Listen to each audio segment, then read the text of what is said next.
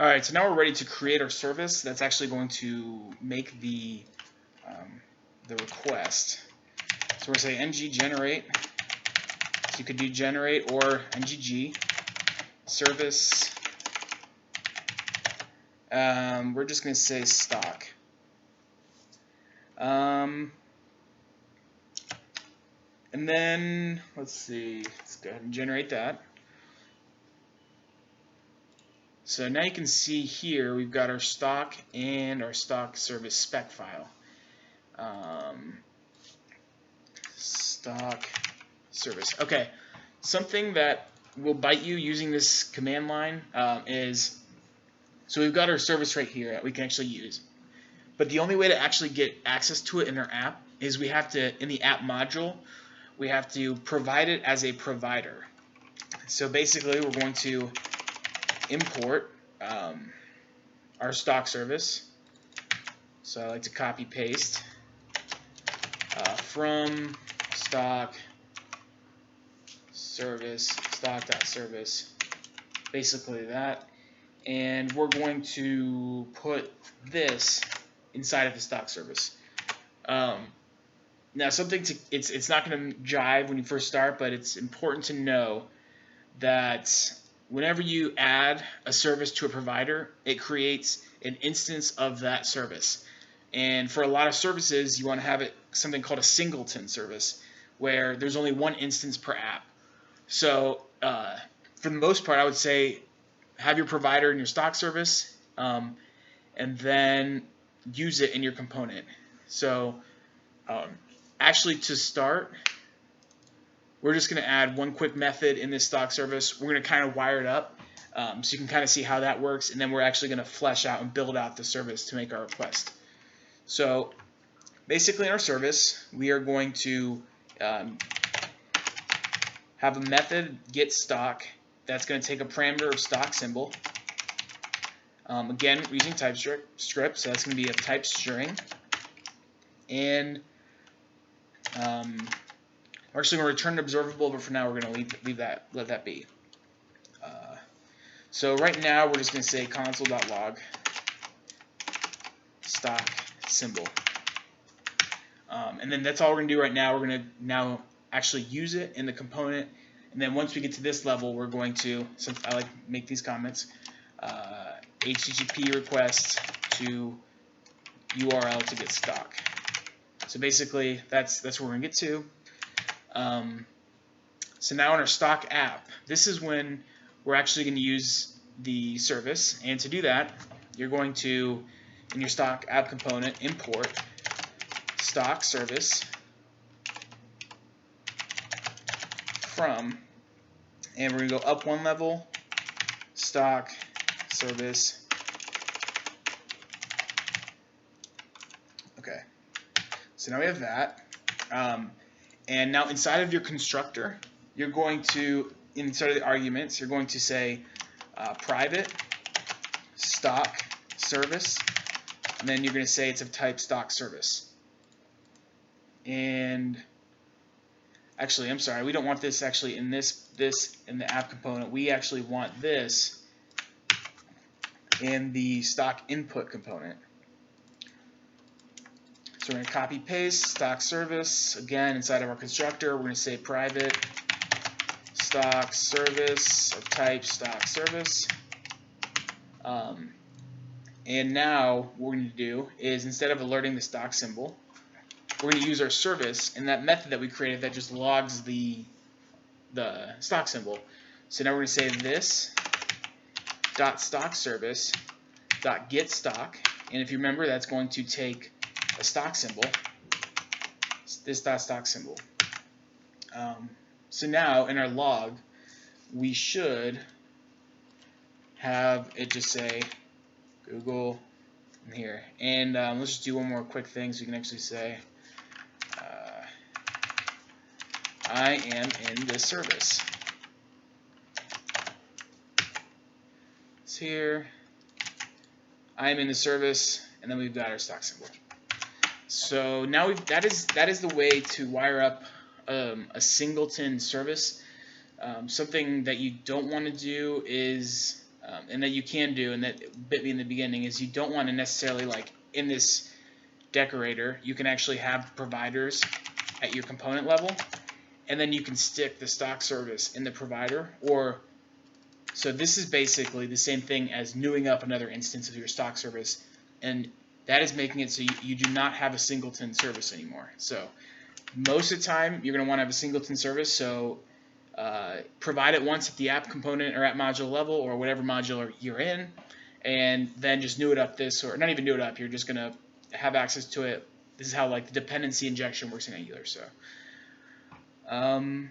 so now we're going to flesh out our service a little more to actually make this request.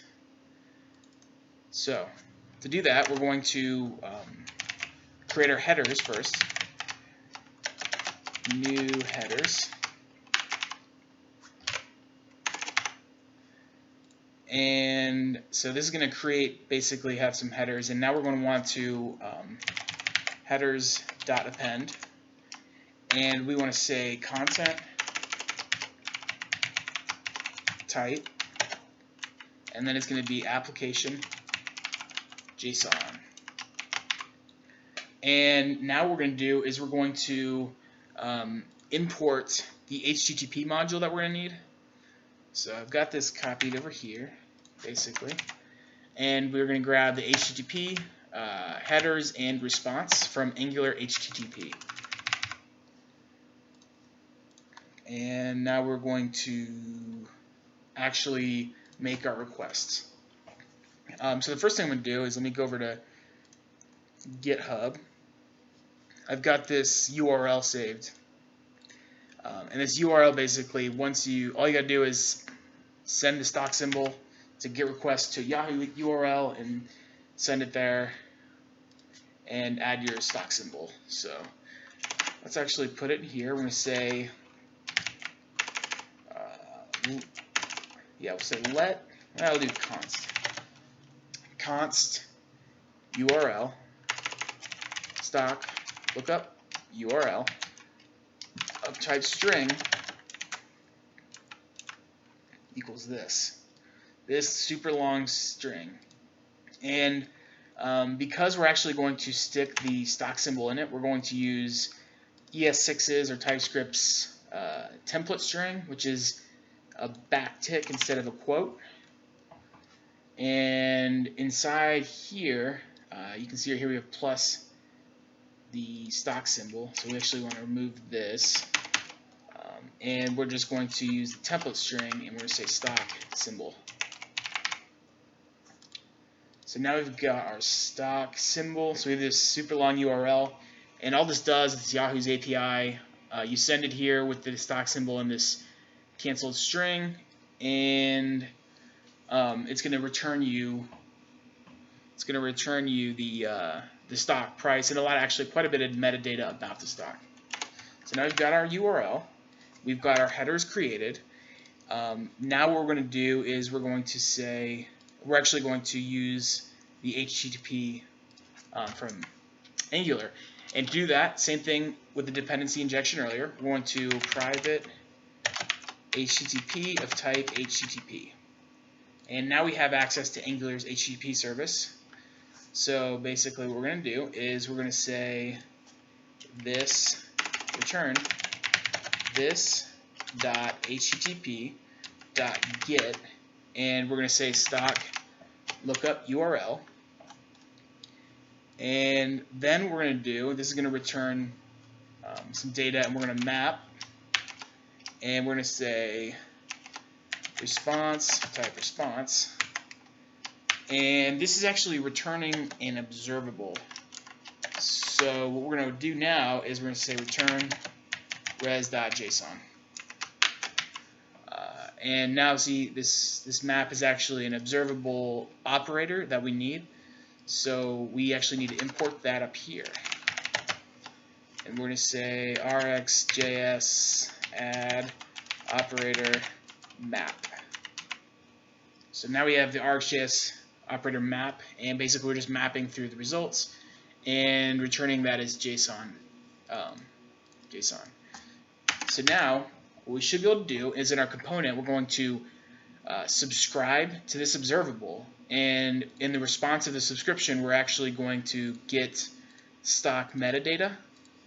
So here you can say this stock service.get stock, and observables are a little different than promises or callbacks, but it's fairly simple. So we're going to say subscribe, and that's going to return us our data. So we're going to say stock data, use our arrow function, and for now we're just going to log stock data.